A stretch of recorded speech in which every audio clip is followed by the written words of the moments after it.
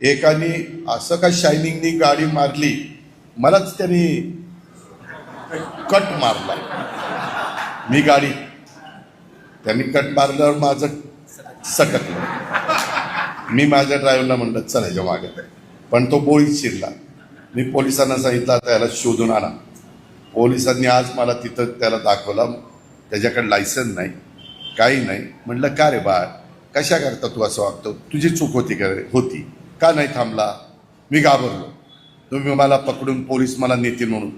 ही जी काही पद्धत आहे, अजूनही काही मुलं बारामतीमध्ये कुठंतरी मोटरसायकल, कुठं ते काय ते सायलेन्सर मध्ये पोलिसांनी पकडलं. मी पोलिसांना पण सांगतो, तेही ऐकत असतील, त्यांना माझी विनंती आहे, तो कुणाचाही माझ्या जवळचा असो लांबचा असो, तो बारामतीकर असेल किंवा बारामती शहरामध्ये तो नियमाच्या पेक्षा चुकीचं वागत असेल तर त्याला पकडायचं आणि रीतसर जी कार्यवाही असेल ती करायची, त्याला सोडायचं नाही. आणि त्याचे सतत असे प्रकार, त्याची प्रवृत्तीच ती असेल तर 3-4दा खटले भरायचे आणि नंतर पहिल्यांदा तडीपार करायचा. आणि तडीपार करून देखील नाही ऐकलं तर मकोका लावायचा. त्याला पुढच्या 4 पिढ्याच आठवल्या पाहिजे. तुम्ही सर्वांनी नीट वागा.